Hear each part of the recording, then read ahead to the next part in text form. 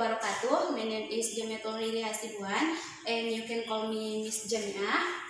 So in this chapter, we are going to learn about using the should.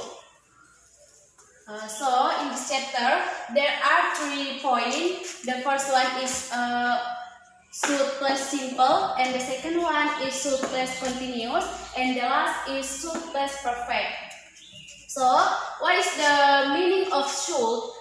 Nah, should itu to express the obligation and advice. Katanya, should adalah untuk mengekspresikan kewajiban dan nasihat-nasihat. Nah, jadi di sini tuh should merupakan apa yang harus kita laksanakan. Nah, seperti nasihat dari orang lain ke kita. Nah, di sini kita menggunakan should. Nah, langsung saja kita masuk ke poin pertama. There are simple should plus simple. Okay, what is the function of should plus simple? To give suggestion, advice, or recommendation. Nah, katanya di sini simple itu untuk memberikan saran, nasihat, atau rekomendasi dari orang. Nah, di sini there are forms, ada di sini rumusnya. Kita kalau misalnya membuat kalimat itu tidak boleh sembarangan. Nah, di sini ada dia rumusnya atau aturan-aturannya. The first one is in positive subject plus should and plus verb 1. In negative subject plus should plus not and verb 1. And interrogative is should plus subject and plus verb 1. For example, I should probably go. Nah, di sini tuh coba kita sesuaikan dengan formula tadi, dengan rumus yang tadi. Dia sesuai nggak? Benar nggak dia sesuai dengan rumusnya? Nah, yang pertama subjek. Subjek itu adalah kata ganti orang. Nah, subjek di sini yaitu I. Kemudian plus should pas ya, verb 1. Nah, ini verb 1. Nah, kemudian in negative subject. Nah, di sini dia ada contohnya, they should not litter here katanya. Nah, di sini kita sesuaikan dari rumus ke contoh. Di sini ada subjek they, should, benar should. Kemudian ada not juga verb 1, litter. Berarti benar ya, sesuai dengan rumus. Kemudian in interrogative, dia biasanya kalau interrogatif itu dia to be-nya lebih dahulu ya. Dia to be-nya lebih dahulu, after to be baru dia subjek. Nah, contohnya seperti ini. Should dulu, kemudian subjek you, after that verb 1. Nah, di sini breakfast. Nah, jadi di simple ini dia itu untuk memberikan saran. Contohnya, I should probably go katanya. Aku seharusnya pergi katanya. Nah, di sini itu dia itu merupakan rekomendasi, harusnya pergi. Nah, di situ dia merekomendasikan dirinya sendiri. Nah, contoh yang kedua, they should not litter here katanya. Kemudian yang ketiga, should you breakfast in your bedroom? Nah, haruskah kamu sarapan di kamarmu katanya. Nah, di sini tuh merupakan saran atau recommendation. Nah, itulah dia inti dari simple. Kemudian next to continuous. Continuous to express the idea that the subject is not fulfilling their obligation.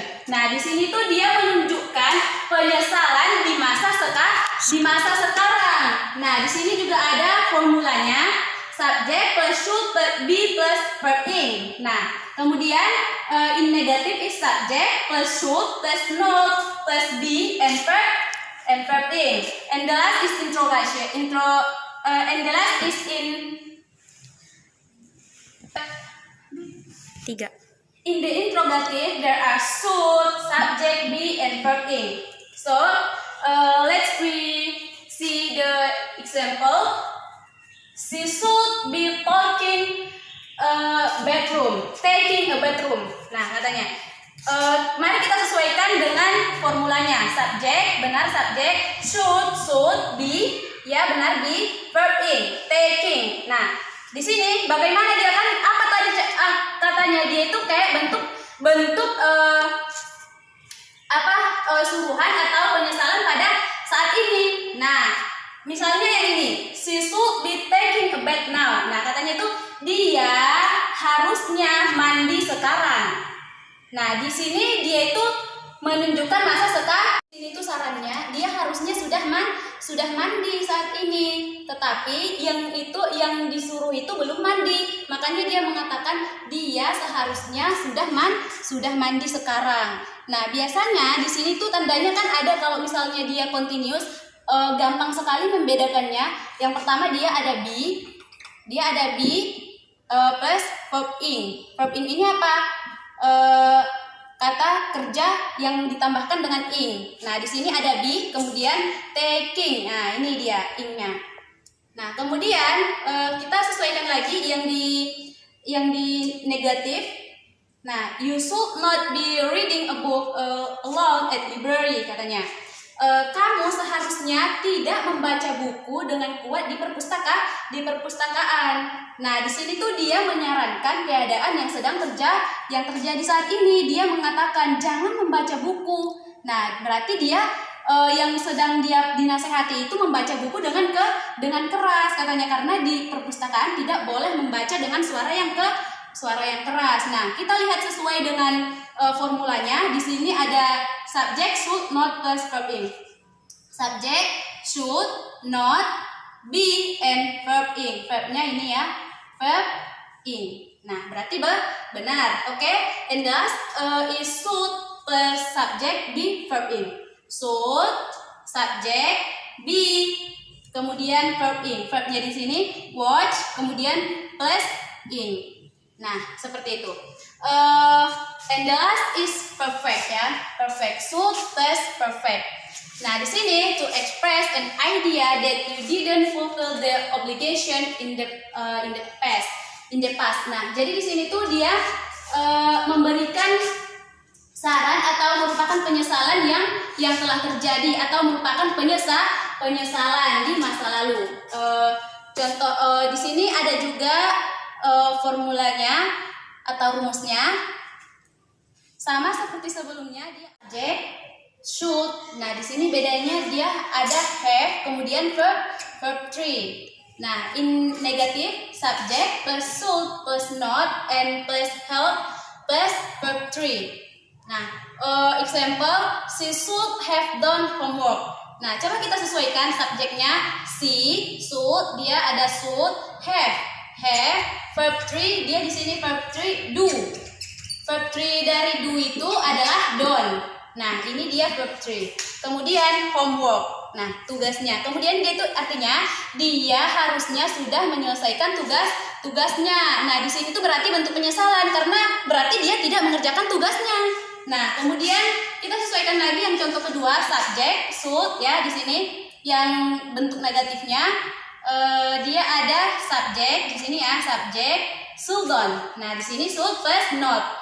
Should done. Dia itu di sini kemudian ada have, di sini juga ada have dan verb 3. Verb 3 dari go. Verb 3 dari go adalah gone. Nah, jadi dia di sini coba kita baca, if had been raining yesterday, I shouldn't have gone fishing, katanya. Jadi tuh kalau misalnya kemarin itu tidak hujan, aku tidak akan pergi memancing, katanya. Jadi dia itu bentuk penyesalan. Nah, dia itu biasanya di sini kan kalau bentuk penyesalan itu dia kejadian yang sudah lalu. Ada dia nanti bentuk keterangan waktunya yang sudah lewat.